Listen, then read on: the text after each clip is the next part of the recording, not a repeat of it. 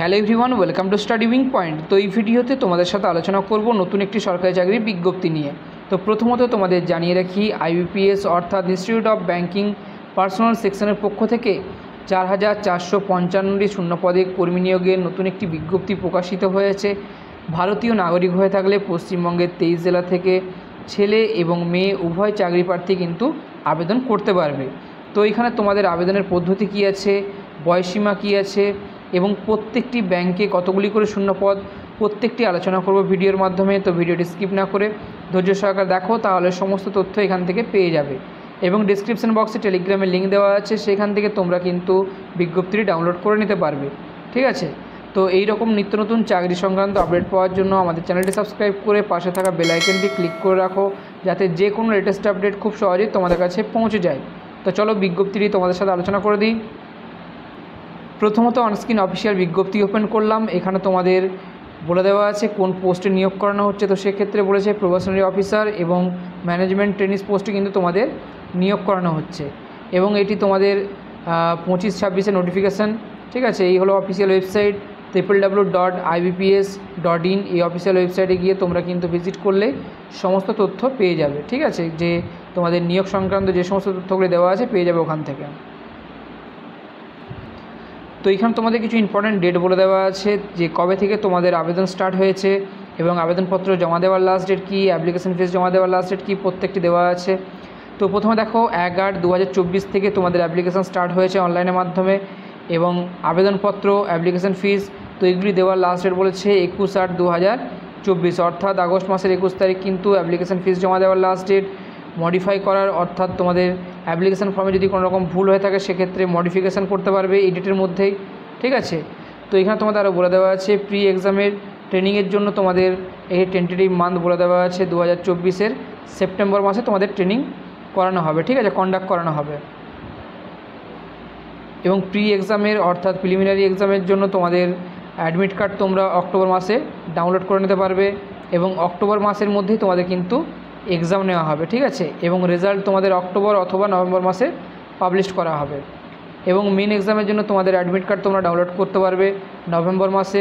ঠিক আছে, 2024-এর নভেম্বর মাসে তোমরা কিন্তু অ্যাডমিট কার্ড ডাউনলোড করে নিতে পারবে, এবং মেন এক্সাম তোমাদের হবে নভেম্বর মাসে। সম্ভবত তোমাদের যেই মান্থগুলি বলে দেওয়া আছে ওই মান্থের মধ্যেই তোমাদের কিন্তু এক্সাম নেওয়া হবে। ঠিক আছে, এবং মেন এক্সামের তোমাদের রেজাল্ট কিন্তু দেওয়া হবে ডিসেম্বর 2024, অর্থাৎ 2024-এর ডিসেম্বর মাসে অথবা 2025-এর জানুয়ারি মাসে। ঠিক আছে, এবং তোমাদের ইন্টারভিউ কন্ডাক্ট করা হবে জানুয়ারি অথবা ফেব্রুয়ারিতে 2025-এর, এবং তোমাদের নিয়োগ 2025-এর এপ্রিল মাসে কিন্তু প্রায় কমপ্লিট করে দেওয়া হবে বলে দেওয়া আছে। ঠিক আছে, তো বলেছিলাম তোমাদের কোন কোন ব্যাংকে কতগুলি শূন্যপদ আছে প্রত্যেকটি তোমাদের কিন্তু দেখিয়ে দেবো। তো এই দেখো তোমাদের এখানে কিন্তু প্রত্যেকটি কিন্তু দেওয়া আছে, একটি চার্ট করে তোমাদের দেওয়া আছে কোন ব্যাংকে কতগুলি শূন্যপদ, টোটাল শূন্যপদ তোমাদের বলে দেওয়া আছে। তো দেখে নাও,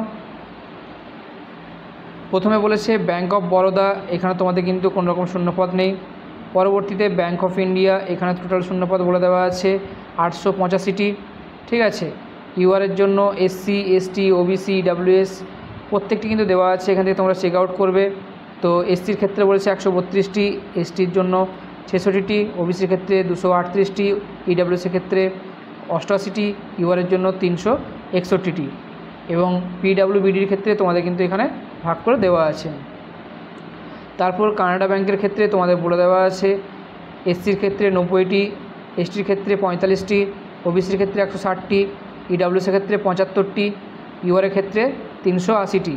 টোটাল এখানে তোমাদের বলে দেওয়া আছে 750টি, এবং হ্যান্ডিক্যাপ পার্সনের জন্য তোমাদের কিন্তু এখানে ভাগ করে বলে দেওয়া আছে, চেক আউট করে নেবে। পরবর্তীতে বলে দেওয়া আছে সেন্ট্রাল ব্যাংক অফ ইন্ডিয়ার ক্ষেত্রে SCর জন্য 300টি, STর জন্য 150টি, OBCর ক্ষেত্রে 540টি, EWSের ক্ষেত্রে 200টি, ইউআরের ক্ষেত্রে 810টি। টোটাল এখানে কিন্তু 2000টি শূন্যপদ বলে দেওয়া আছে, এবং PWBD ক্যাটাগরির জন্য এখানে তোমাদের ভাগ করে বলে দেওয়া আছে। নেক্সট তোমাদের বলে দেওয়া আছে ইন্ডিয়ান ওভারসিজ ব্যাংকের ক্ষেত্রে SCর জন্য 42টি, STর জন্য 22টি, OBCর ক্ষেত্রে 84টি, EWSের ক্ষেত্রে 22টি, ইউআরের ক্ষেত্রে 90টি। টোটাল তোমাদের এখানে বলে দেওয়া আছে 260টি, এবং বাকি PWB এর জন্য তোমাদের এখানে বলে দেওয়া আছে, চেক আউট করে নেবে। পাঞ্জাব ন্যাশনাল ব্যাংকের ক্ষেত্রে বলে দেওয়া আছে এসসির ক্ষেত্রে 30টি, এসটির জন্য তোমাদের 15টি, ওবিসির ক্ষেত্রে 45টি, ইডাব্লিউসির ক্ষেত্রে 20টি, ইউআরের জন্য 81টি। টোটাল তোমাদের এখানে কিন্তু 200টি বলে দেওয়া আছে, বাকি এখান থেকে চেক আউট করবে।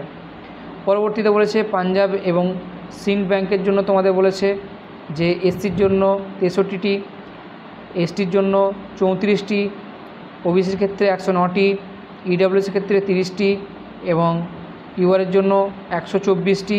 এখানে তোমাদের টোটাল বলে দেওয়া আছে 360টি।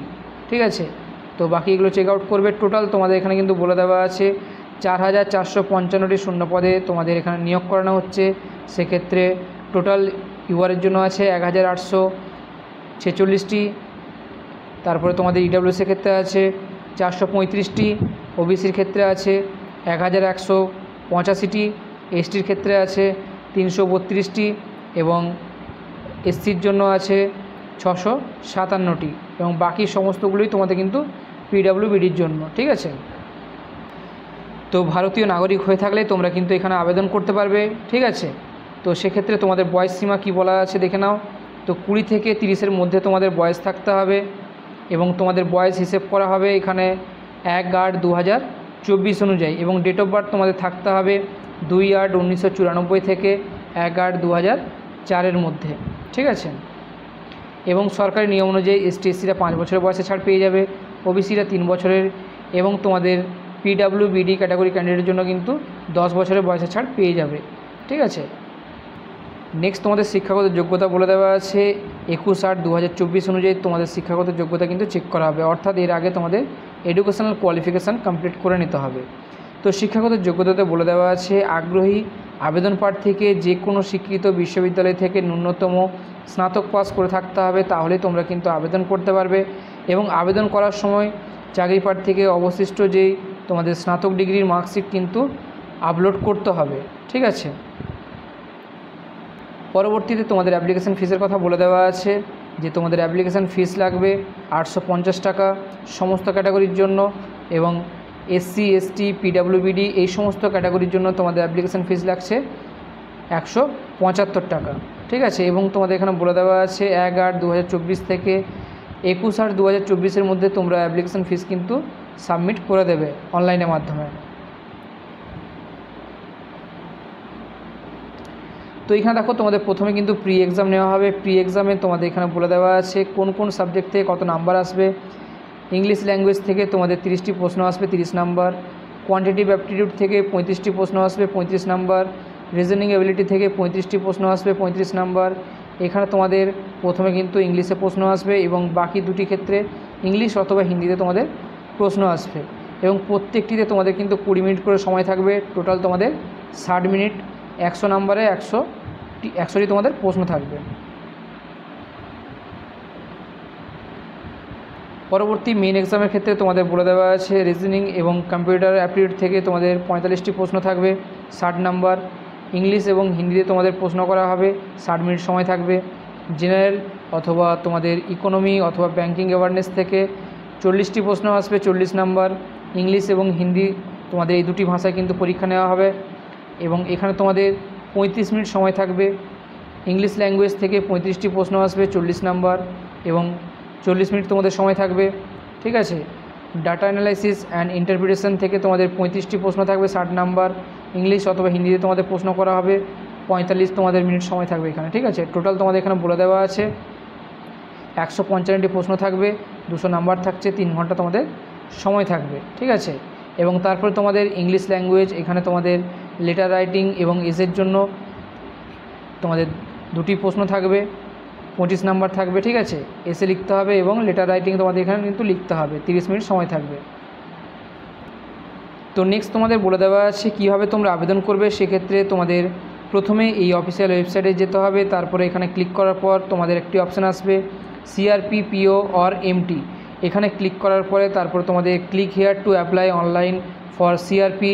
ঠিক আছে, এখানে গিয়ে তোমাদের ক্লিক করলে তোমাদের পেজটি কিন্তু ওপেন হয়ে যাবে। ঠিক আছে, তো বিজ্ঞপ্তিটি টেলিগ্রাম চ্যানেলে দেওয়া থাকবে, সেখান থেকে প্রত্যেকটি তথ্য তোমরা ডাউনলোড করে কিন্তু চেক করে নেবে। তো এইভাবে তোমাদের কিন্তু আবেদন করতে হবে। তো বিজ্ঞপ্তিতে যে সমস্ত তথ্যগুলি দেওয়া ছিল প্রত্যেকটি তোমাদের সাথে আলোচনা করলাম। কোথাও বুঝতে অসুবিধা হলে কমেন্ট সেকশনে কমেন্ট করে জিজ্ঞাসা করতে পারো। ভিডিওটি হেল্পফুল বলে মনে হলে একটি লাইক দিয়ে চ্যানেলটি সাবস্ক্রাইব করে ভিডিওটি বন্ধুদের সাথে শেয়ার করে দিও।